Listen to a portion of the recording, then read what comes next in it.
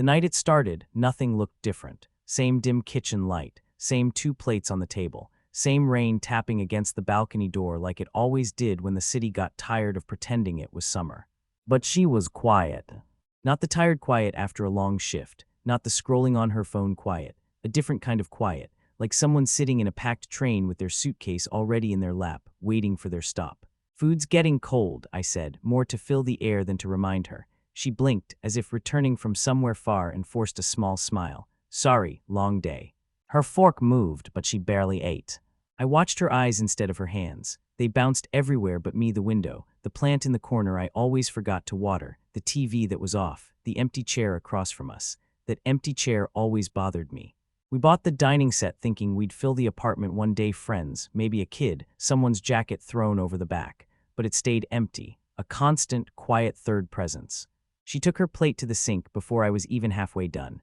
"I've got some emails to finish," she mumbled. Her slippers whispered down the hallway to the small office we turned from a storage room.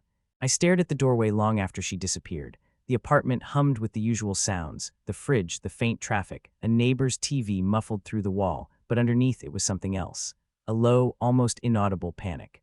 We'd been together 8 years. You learn the weight of each other's silence. Hers had grown heavier in the last few months. Late replies, late nights, sudden showers before bed, client dinners she didn't used to have. I told myself it was just work. The city chews people up. It doesn't mean they're unfaithful, just exhausted. But there's a difference between someone pulled away and someone already gone.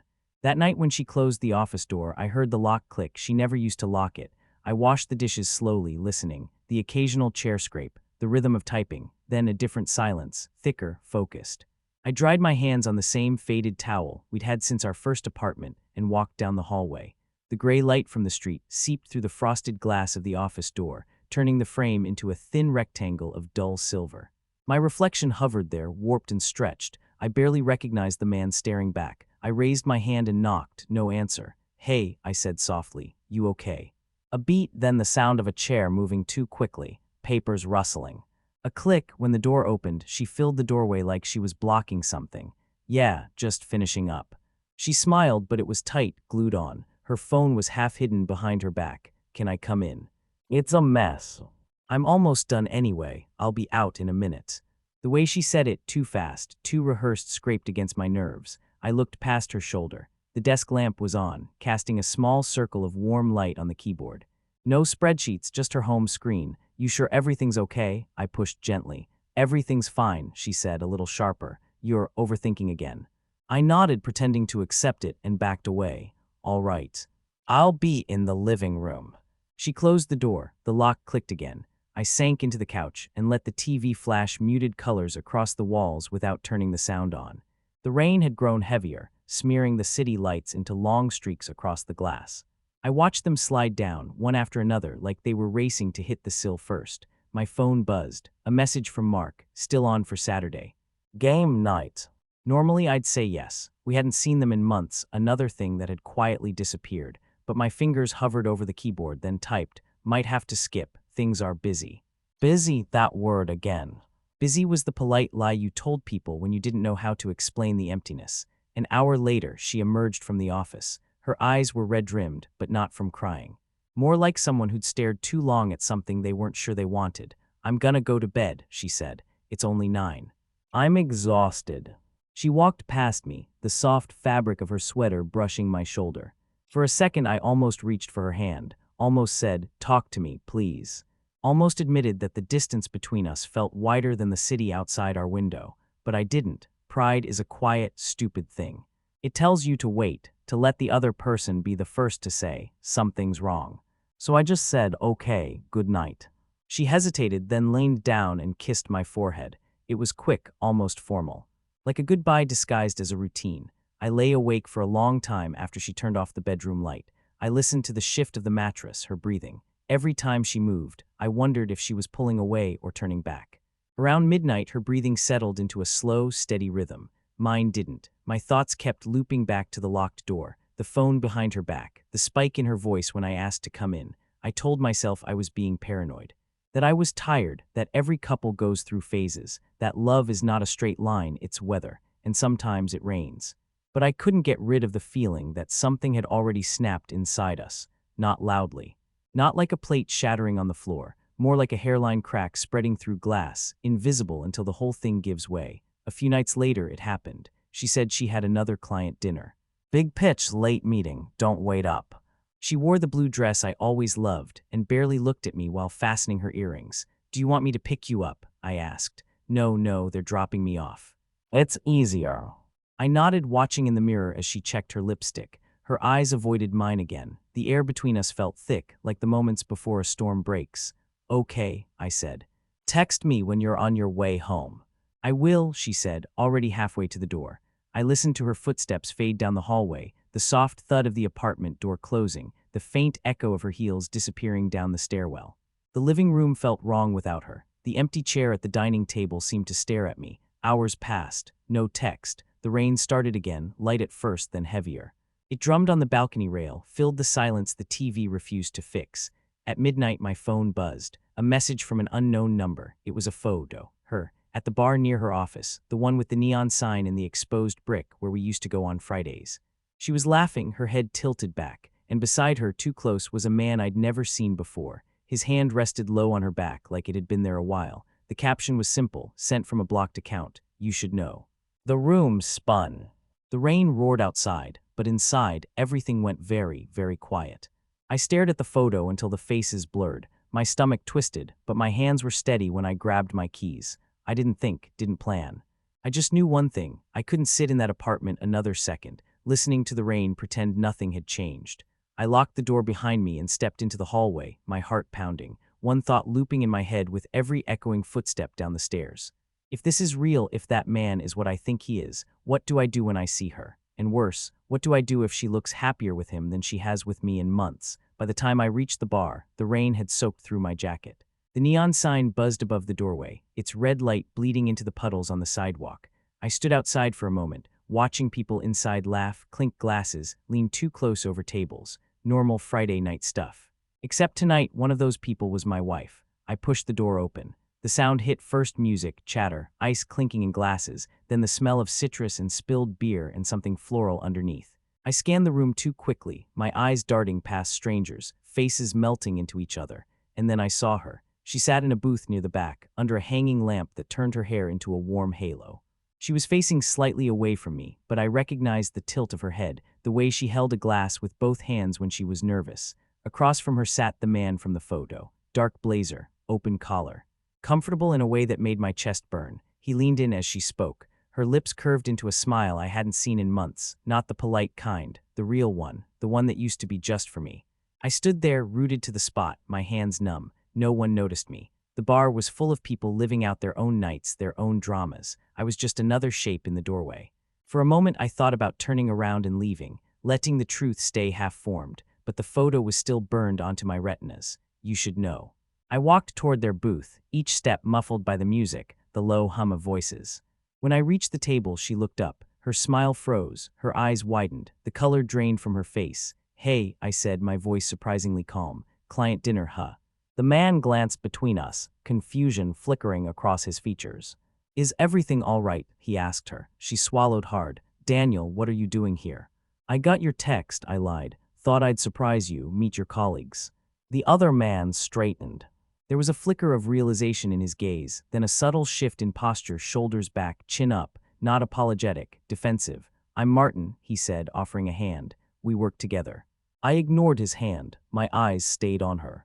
Her fingers tightened around the glass, knuckles whitening. How long? The question came out softer than I expected. Her lips parted. She looked at Martin, then back at me. The silence between us stretched so long the music in the background started to feel distant, distorted. Daniel, maybe this isn't the place, she started. How long? Her eyes glistened. She exhaled slowly, like something heavy inside her was finally giving up its fight. A few months, she whispered. A few months, like we were talking about a subscription she forgot to cancel.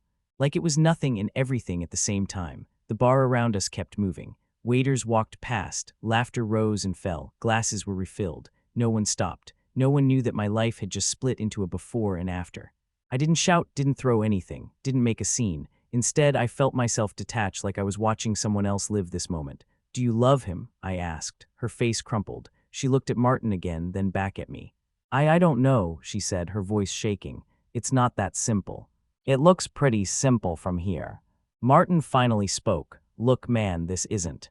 Don't call me man, I cut in, turning to him for the first time. He flinched at the cold in my tone. She's my wife.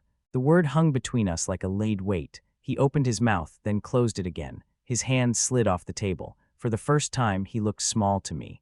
Not a villain, just a man who stepped into a story that wasn't his to claim. I turned back to her. Her eyes were overflowing now, tears catching the lamplight. Why? The word came out broken. She wiped at her face quickly, like she could erase the whole scene if she tried hard enough. I felt invisible, she whispered. We stopped talking. You were always tired, always somewhere else in your head, with work, with your worries. I tried, Daniel. You kept saying we'd fix things when things calmed down, but they never did. And then he was there, I finished for her. She nodded, shame flickering through her expression. He listened, he noticed. It just happened. Nothing just happens, I said. You make choices. The quiet inside me shifted into something sharp. Not rage, exactly. More like a clarity so painful it felt almost clean. I stepped back from the table. I'm going home, I said. You can finish your client meeting. Daniel, please, she begged, sliding out of the booth. Can we talk about this? Not here, please. I looked at Martin one last time. He sat there, hands folded, guilt etched across his face. He didn't look like the monster I wanted him to be. That almost made it worse. This is simple, I said, more to myself than to either of them. You lied, you chose him. You broke us, that's all the talking I can do right now. I walked out before she could grab my arm. The cold rain hit my face like a slap the moment I stepped outside. It felt honest. I didn't wait for her, didn't check my phone. I just walked, letting the water soak through my clothes, my shoes filling with the chill of dirty city rain. The streets were blurry from the downpour, and the tears I didn't allow to fall. By the time I reached our building, my teeth were chattering. The stairwell smelled like damp concrete and old paint. I climbed in the dark, not even bothering to turn on the light. Inside the apartment, everything was exactly where we'd left it. 2 plates in the drying rack, her mug on the counter, lipstick smudge at the rim, the empty chair at the dining table, pushed in neatly. I dropped my keys in the bowl by the door. The clatter sounded too loud in the stillness. In the bedroom, our bed waited, unrumpled on her side. The dent her body usually left in the mattress was smooth and flat tonight. That simple fact hurt more than anything I'd seen at the bar. I pulled an overnight bag from the closet and started packing without fully deciding to.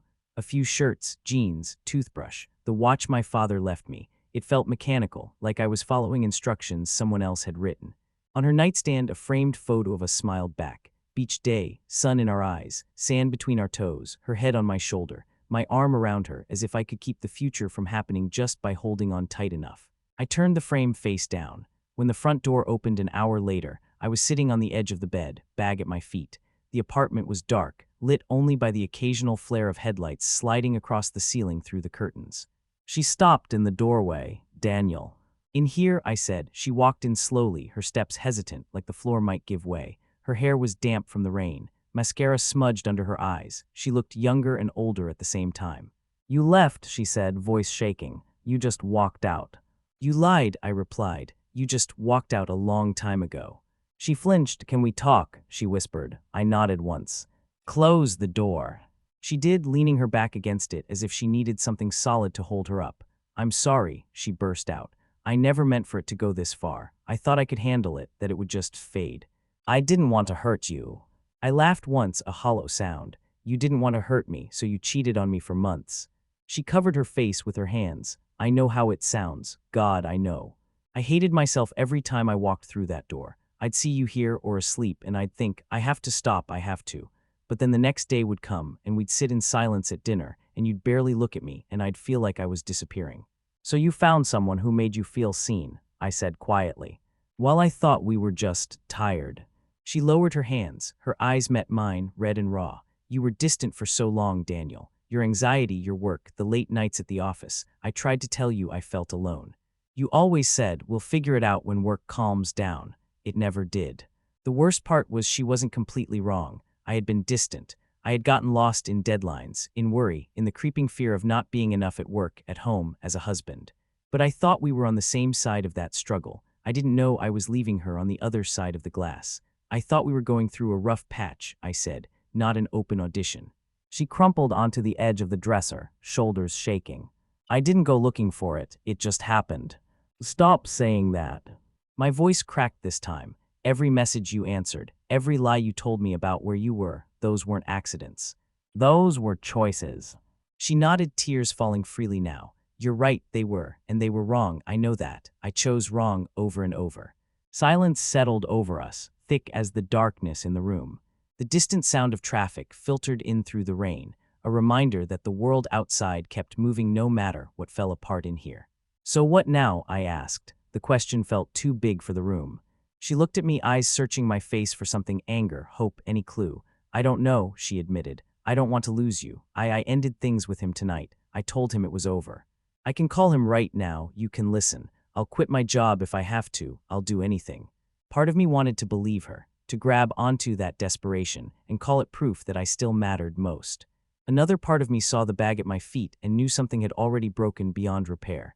I need space, I said. I can't be here, not right now, maybe not for a while. She took a step forward. Please don't go. We can figure this out together. Therapy, whatever you want, just don't walk away. I looked around the room, the bed we shared, the photos, the half-open closet with our clothes tangled together. Everything here was a shared life. But underneath it all now was a new layer. Secrets, second lives, the imprint of someone else's hands on the woman I loved. I'm not walking away, I said softly. You did that first. Her face crumpled like paper. She reached out, fingers trembling, but I stepped back. I'm going to stay at Mark's for a while, I said. I'll text you about logistics, rent, bills. Is that all I am to you now? She whispered. Logistics. You tell me, I replied. What are we now, exactly? The question hung there, unanswered. Eventually, I bent down, picked up the bag, and walked past her. Her perfume lingered in the narrow space between us, crushed under the weight of everything neither of us could fix in that moment. At the door, I paused. I wanted to say something final, something clean, but all that came out was, I don't know who you are anymore. The hallway outside felt colder than the rain. As I closed the door behind me, I heard her sob, the sound muffled but unmistakable. That was the night I left without saying goodbye, not the casual see you later we'd always tossed over our shoulders. A real goodbye, the kind that happens in actions instead of words. I thought leaving would protect what was left of me. I thought distance would make it easier to forget. I thought she would move on with him, and I would learn how to live with the echo. Instead, I learned something else in the sleepless nights that followed. Walking away is one thing. Learning how to live with the ghost of a life you almost had is another. And the worst part. Even as I tried to erase her from my days, some small, stubborn part of me kept wondering, if she ever knocks on that door again, what will I do? The first few weeks after I left blurred together. Days bled into nights, then back again. Mark's spare room became a kind of limbo, not home, not a hotel, just a temporary space where my life was stacked in boxes and half-zipped bags. I didn't sleep much. When I did, I woke up disoriented, hand reaching instinctively for the other side of the bed, finding only cold sheets. Her texts came at odd hours. Can we talk? Please pick up. I'm so sorry. Sometimes just. Good night. I read everyone, answered almost none. Instead, I developed small rituals to keep myself from unraveling. Late-night walks, showers so hot they left my skin red. Coffee in the morning with the blinds half open, watching the city move under a dull gray sky. One morning, Mark slid a mug across the table and sat opposite me, studying my face. You look like hell, he said bluntly. Thanks, I muttered. You talked to her. Not really. He sighed. You can't live in this, in between forever, you know. I know. You deciding what you want. That's the problem, I said. I don't know what I want anymore. I just know what I don't want, to go back to pretending everything's fine. He nodded slowly. Then don't pretend, but don't freeze either. Talk to her, even if the answer is this is over. Leaving her hanging there, it's not you. He was right. But acknowledging that and acting on it were two different battles. Weeks turned into months. The messages from her grew less frequent, then turned into longer emails instead. She told me she'd started therapy, that she ended things with Martin and quit her job, that she was staying at her sister's place, that she understood if I never wanted to see her again. I'd open the emails at 2 a.m., read them slowly, then close my laptop without replying. Her words sank in anyway, spreading through the quiet like ink in water. Rainy days were the worst. They pulled me back into that apartment, into that bar, into the moment everything cracked. I'd sit by the window, watching droplets race down the glass, and think about all the times we'd stood exactly like that. Two silhouettes, one future. A year passed. Not all at once, it accumulated in small, unnoticed layers. New routines, new habits, new bruises where the old ones had finally faded. Friends stopped asking, "How are you holding up?" and started asking, "So, are you dating again?" I laughed the first time someone suggested it, the sound brittle. I tried once, a coffee with a woman Mark's girlfriend knew. She was kind, smart, funny in a quiet way. Halfway through, she asked what I did for fun on Sundays, and I froze. Every answer in my head started with, "We used to." I realized then that I wasn't ready. Not really. There were still too many ghosts at the table with us. I moved out of the apartment permanently 6 months after I left. Signed a lease on a small one-bedroom closer to the river. Neutral walls, bare rooms, no shared memories. I kept my half of the furniture, left the dining table behind. I couldn't look at that empty chair anymore. Life slowly built itself around the absence. Work, groceries, laundry, bills, YouTube videos playing in the background while I cooked for one. Her name stopped showing up on my phone, stopped appearing on my screen. The quiet where she used to be felt, less violent, just there, like a healed scar, faint but impossible to ignore. Then one late autumn morning, she knocked on my door. The rain had been falling since dawn, turning the city a shade of muted silver. I stood in the kitchen, coffee in hand, watching steam curl up toward the ceiling. It was a rare weekend with nothing scheduled. No plans, no distractions. Just me and the soft drumming on the window. The knock was soft, almost hesitant, 3 gentle taps. I frowned. I wasn't expecting anyone. Mark always texted before showing up unannounced. I opened the door. There she was. She looked different but not in any obvious way. Same brown hair pulled back in a loose knot. Same eyes, though they seemed quieter, less frantic. She wore a long coat, dark from the rain, and clutched a small umbrella in one hand like a shield. "Hi," she said. The word hit me harder than I expected. Simple, small, full of a year's worth of unsent messages. For a moment, neither of us moved. The hallway felt too narrow for everything unsaid between us.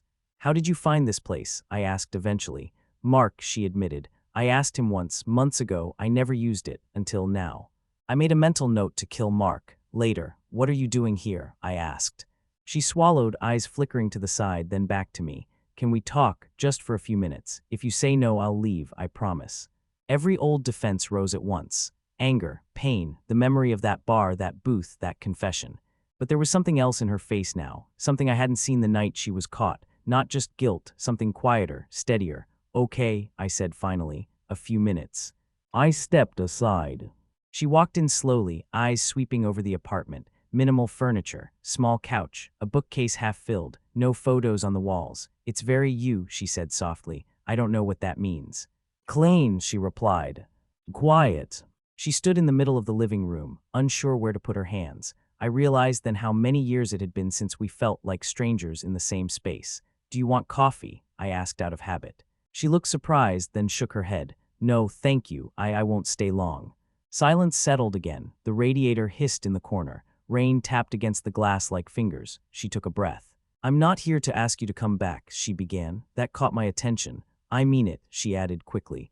"I know I don't have the right to ask for that, or to expect anything from you." I lost that right the moment I did what I did. I said nothing, letting the words land. "I've spent the last year trying to figure out why I became someone I didn't recognize," she continued. "Therapy, long walks. Ugly crying in my sister's bathroom at 3 a.m., you know, the usual." A small, self-deprecating smile flickered across her lips and disappeared. "In the beginning, I wanted to blame you," she admitted. "It was easier. He was distant, he was anxious, he wasn't there for me. And some of that was true, but it wasn't the truth, not the whole of it." She looked up, meeting my eyes fully now. "I cheated because I was a coward," she said. "Because it was easier to look for comfort somewhere else than to sit in the discomfort of saying, 'I feel alone with you. I betrayed you, and I betrayed myself.' I shattered something that mattered more to me than I realized until it was gone." My throat tightened, but I stayed quiet. "I kept thinking you'd come back," she went on, "that you'd get tired of being angry, that the person who used to fight for us would show up and fix what I broke." She laughed softly, bitterness threaded through. "But that's the thing I finally understood. You did fight, for years. You just didn't call it that. You called it staying, showing up, trying. I was the one who stopped." I shifted my weight, fingers curling around the mug in my hand. The coffee had gone cold. "So why now?" I asked. "Why today, after all this time?" She glanced at the window. "At first, I thought I should wait until I deserved to talk to you again," she said. until I was some better version of myself. But healing doesn't really have a finish line, you know. You just keep walking. And then last week, I walked past our old building. I saw the balcony, the plants you never watered. Her lips twitched, and I realized something.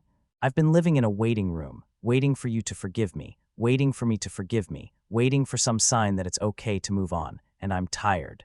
She took a small step closer, careful not to get too close. I came here to say I'm sorry, she said. Not the panicked, please don't leave me sorry I said that night. A real one, without asking for anything in return. You owe me nothing. Not a second chance, not your friendship, not your time. But you deserved to hear me say it with a clear head. The words settled between us, like rainwater pooling in a quiet street.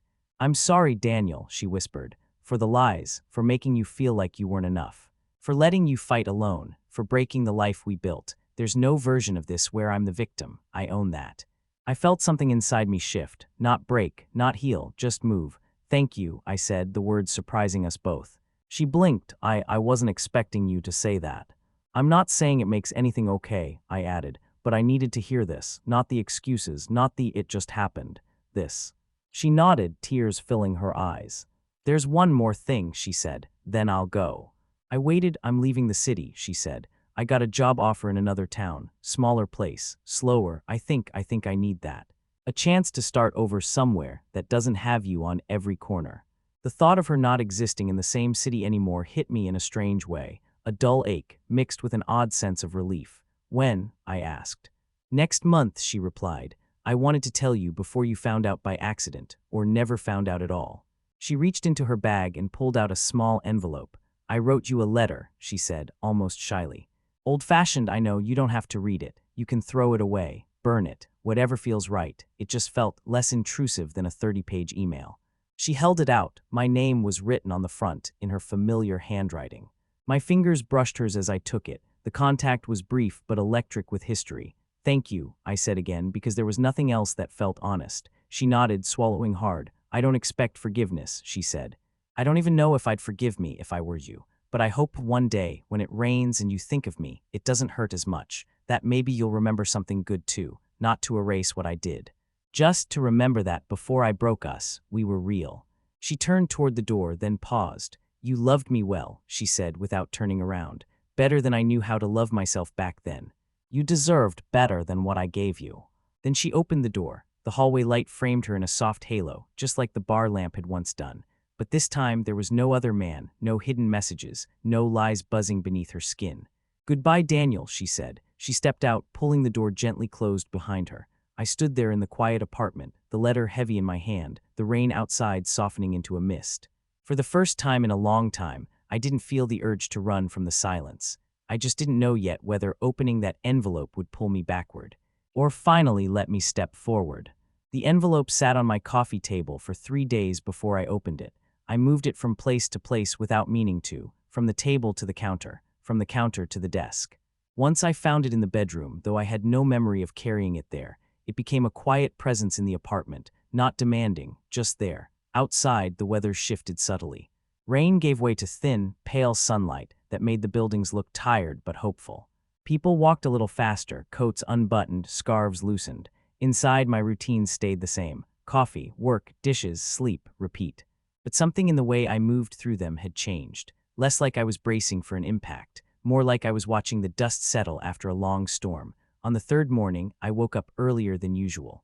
The apartment was washed in that soft, blue-gray light that only exists before the city fully wakes up. The world felt suspended, as if holding its breath. I made coffee. No music, no TV. Just the quiet hum of the kettle and the faint murmur of traffic in the distance. I sat on the couch, the envelope in front of me. My name looked different now than it did when she first handed it to me, less like a wound. More like a question. I opened it carefully. The letter inside was long, pages front and back, but it wasn't dramatic. No grand declarations. No "we're meant to be" or "take me back." It was human. She wrote about the early days. About the first time she realized she loved me, not the movie kind of love, but the quiet kind that settles in when you share a Sunday grocery list. She wrote about the slow drift she felt long before she acted on it, the fear of naming it out loud in case it made it more real.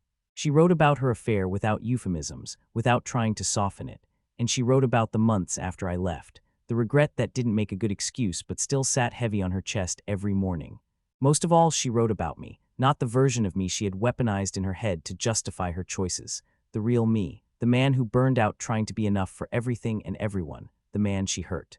The man she still cared about, even if love for us could no longer mean staying. There was a line near the end that stopped me. I used to think closure meant getting answers from you. Now I think closure is accepting that some of those answers live only inside me. I hope you find yours too, even if it has nothing to do with me. I read the letter twice, then folded it back along its original creases and slid it into the envelope. I didn't cry, not this time. The tears had already done their rounds months ago, in bathrooms and on sidewalks and in the dim glow of late-night screens. What I felt now was spaciousness, not joy, not yet, just a small, unexpected pocket of quiet inside my chest. I stood and walked to the window. The sky was lightening, clouds thinning. The city looked softer in the early morning, less sharp, less crowded. A couple walked past on the street below, sharing an umbrella. One of them said something, and the other threw their head back and laughed. I watched them disappear around the corner without feeling like the universe was mocking me. My phone buzzed on the table. A message from Mark. Brunch today. Heard about a new place with decent coffee. For the first time in a while, the idea of sitting in a cafe surrounded by other people's lives didn't feel like torture. Yeah, I typed back. Text me the address. I grabbed my jacket and paused by the coffee table. The envelope lay there calm. I didn't feel the need to hide it anymore. Didn't feel pressured to decide whether to keep it forever or throw it away. Not everything needed a dramatic act. On my way out, I glanced at the small hallway mirror. For months, I'd avoided looking too closely. The man staring back at me now still carried the same tired eyes, the same faint lines around his mouth, but there was something steadier in his gaze. He looked like someone who had been broken and was still here. In the stairwell, my footsteps echoed softly. The air smelled faintly of dust and something floral from a neighbor's open door. Outside, the morning light felt cool on my face, not harsh, not blinding. Just present. I walked to the corner and waited for the light to change. Cars rolled past, tires hissing over damp asphalt. A bus pulled up, doors opening with a sigh. As I stood there, a thought surfaced unplanned, simple. I forgave her. Not in the sense of inviting her back into my life, not in the sense of erasing what happened. Forgiveness, I realized, wasn't about saying it's okay. It was about saying it happened, and I'm not going to let it own every version of me from this point forward. She would leave the city soon. Somewhere she'd unpack her own boxes in a new apartment, learn the sound of a different kind of rain against different windows. Maybe she'd fall in love again. Maybe she wouldn't. That part wasn't my story anymore. My story was here in this city, on this corner, in this body that had carried me through nights I didn't think I'd survive. The light turned green. I crossed. Later, at the cafe, Mark would talk too loudly about work, and the waiter would get my order half wrong, and someone at the next table would be in the middle of their own quiet heartbreak without either of us knowing it. Life would keep being messy, unfair, beautiful in small, unremarkable ways. When the first drops of a new, light rain began to fall against the cafe window, I didn't flinch. I watched them slide down the glass, and instead of seeing only what I'd lost, I felt something else. Room for whatever came next. Room for the possibility that love, one day, could mean something different, something less fragile, something that didn't have to survive betrayal to prove it was real. I left the cafe that afternoon without checking my phone for messages that weren't coming anymore. The air smelled like wet pavement and roasted coffee. People hurried past under umbrellas, and I walked among them, hands in my pockets, head bare, letting the light drizzle touch my face. I didn't say goodbye to her out loud. Didn't need to. Letting go, I realized, isn't always a dramatic moment at a train station or an airport gate. Sometimes it's just a quiet morning, a letter on a table, and the simple act of stepping into the street. Without waiting for someone who isn't coming back. Without waiting for someone who isn't coming back.